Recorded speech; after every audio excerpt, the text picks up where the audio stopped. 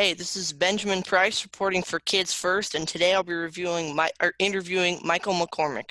So let's get started. So, Mr. McCormick, Dark Crystal starts quite a resume. What project have you been most proud to be a part of, and what puppet are you most happy to have helped create? Okay, let me give a little prep here. All right. Okay, I came into the industry very late in my life, so I was like, let's say it was 1979, right? So I was like 29 years old, which is ancient in the film business. So I was, had a long line of very young, very talented people sort of nibbling at my heels. So it was an interesting story. Dark Crystal, because it was my first major project, even though I had done some other things. But Dark Crystal used all my talents, and some I'm not sure I've even gained to this day, but I faked it at the time. Where did your love of puppetry stem from? That's a good question, because the first puppet show I saw, I was about 3 years old, and it was in Brooklyn, New York, and I remember it very well. So having a memory as clear as the memory I have of that from the, late to early 3-year-old memory, kind of amazing, but it sort of it was an Italian puppet group that had been stranded in the US because of the Second World War. And they performed regularly on the lawn outside the Brooklyn Zoo. How did your work in Punch and Judy shows help prepare you for larger scale projects? Yeah, terrific question. You have to go back and sort of think, well, I spent with my son performing on the streets for about 10 years before we were discovered, okay? Which we were. It's like a Hollywood daydream. We'd finished packing up the show. We only did one show that day because the weather was so foul. I can't even begin to tell you. And this voice said, boy, your puppets sure scared my son. And I said, well, that's sort of part of what they're for. And he said, listen, my name's Roger Miller. Has Jim Henson ever seen your puppets? And I said, no, but is that an introduction? And he said, yeah. So that's how it all started. Believe it or not, 3 weeks later, I was hired onto Dark Crystal in London. Wow. Quite a story. Going off of that, can you talk? I mean, Jim Henson is a legend. Can you talk a little bit about what it was like working with him? Yeah, of course, you sort of go in with a degree of intimidation because I had just spent an entire day waiting to talk to him, standing on the set out at ATV Studios. They were filming the last show for Muppets, and that was, if you remember, Miss Piggy as Cleopatra. But it was that show, and I stood there sort of dreading the moment when Jim would have some free time, which turned out to be about 6:30, 7 o'clock at night. And I said, you want to see my puppets? And he said, it flipped through my folio of pictures. And he said, okay, no, I don't want to see puppets. I had this huge box of puppets, which I dragged along with me. And I found out later that he was impressed because I had used professional photographer to shoot the pictures of my puppets. And he thought, you got to like your puppets a lot to do that. So that's what seemed to impress him. And, what were what were the difficulties of designing puppets as detailed as the Skeksis, I believe I'm saying that right, on the Dark Crystal? That involved, a whole bunch of people. Start at the beginning. Brian Froud designed the Skeksis. Lyle Conway did the sculpts. Actually did the sculpture itself for the heads, different heads. Then those were cast into foam, latex. This is some of the first time any of this stuff was being done. And then animatronic systems were built into those heads by Tad Chanofsky, who was this Polish genius who was working with us. Incredible guy. But he could do more with sort of 18 square inches of desktop. He could have built a small universe. He was that gifted. So, and he built all the eye blinks, the sneering, everything was built by him, unique to each head, because the heads were not symmetrical.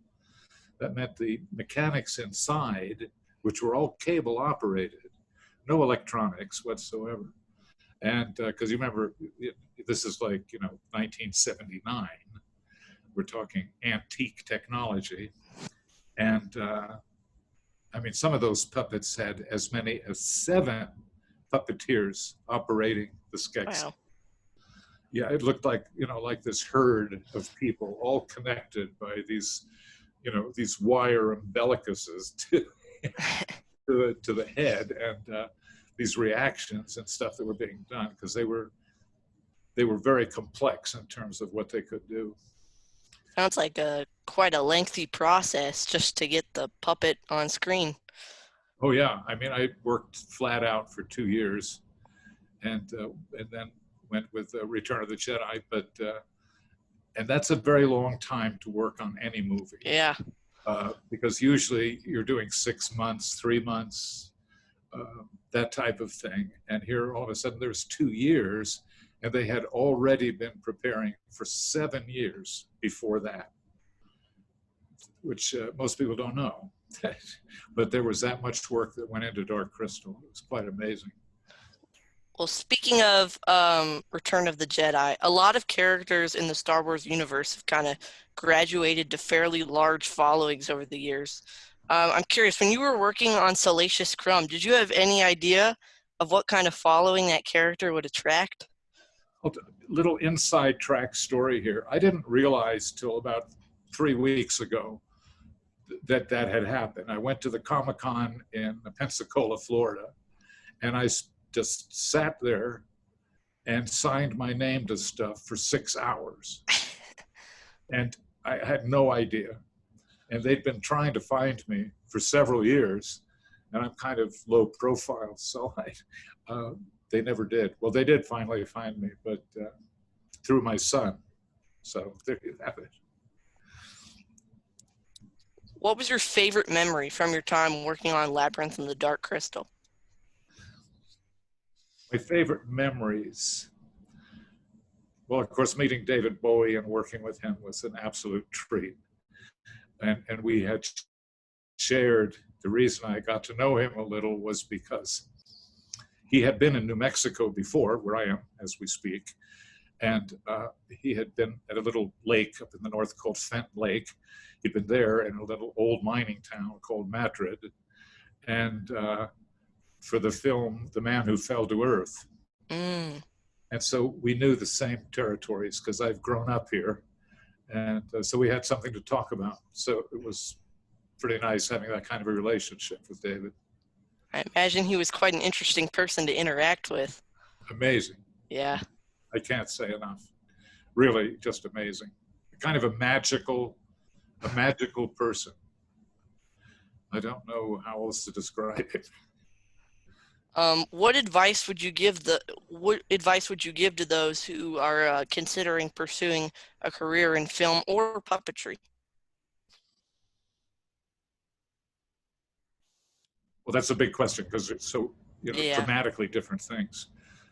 Now so much of puppetry is being accomplished with CGI, and so it's you work from drawings and the animators take over, and the puppeteer is out of luck. But for those people who were lucky enough to get to actually work with puppets, let me say that it's a very rewarding way to spend your life. I mean, I'm surrounded with my guys here, and never lonely. And the idea of the puppet is so fundamental to human psychology that when they took the puppets out of Return of the Jedi and replaced them with computer graphics, do you remember that story? They did that. Mm-hmm. They released it. with a computer, and the stuff failed miserably.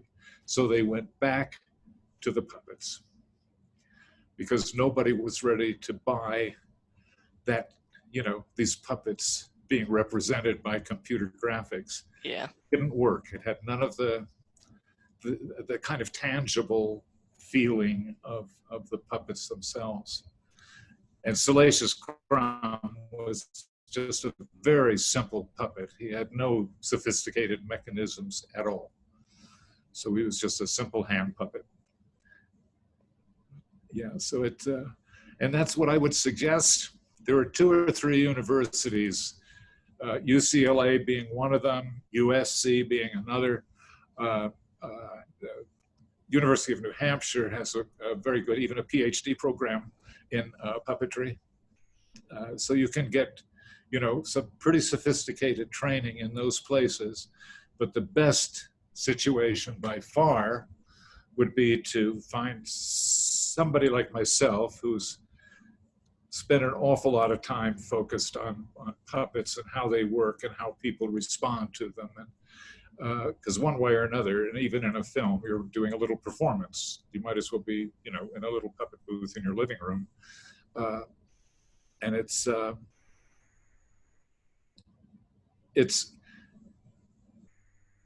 a magical process, but it's that relationship between, let me see if I can write, the right word would be, from a training point of view, learning as an actor to project the personality that you have designed for that puppet, to push your consciousness into the puppet, and the very essence of what you have come to think of as that puppet and the character, you kind of disappear and reappear in the form of that puppet on the end of your arm. So it's pretty neat from that point of view. There's a kind of a magical process, and I think anybody who's done puppets at all understands that strange space that occurs between the actor performer and the puppet itself. And in my case, I create my puppets, so that's even a closer link than just as an actor being handed one and say, here, shake this in front of the camera.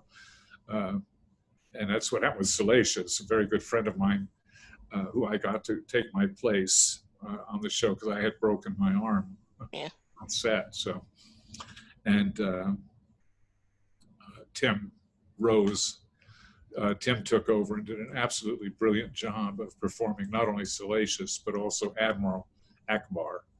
So he's had a terrific Comic-Con career. So I see you're in some kind of workshop. Can you tell me a little bit about the puppets behind you? There they are.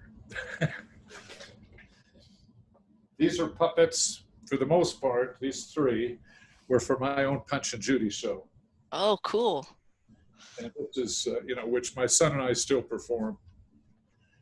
And that gives you an idea. And this, his mouth, I'm not controlling that. It's moving by itself. And he can show surprise and, different things. It can be quite mean looking. Yeah. And then it can be quite happy. So it depends on how willing you are to take leaps in terms of, I've never seen anybody, for instance, sculpt a head like this that gives 2 or 3 messages at the same time. And but it seems to be quite effective. So I'm happy with it. And his gibbering mouth, which I have no control over at all. So. Well, thank you so much for letting us talk with you today. This is Benjamin Price reporting for Kids First, signing off. See you next time. Bye.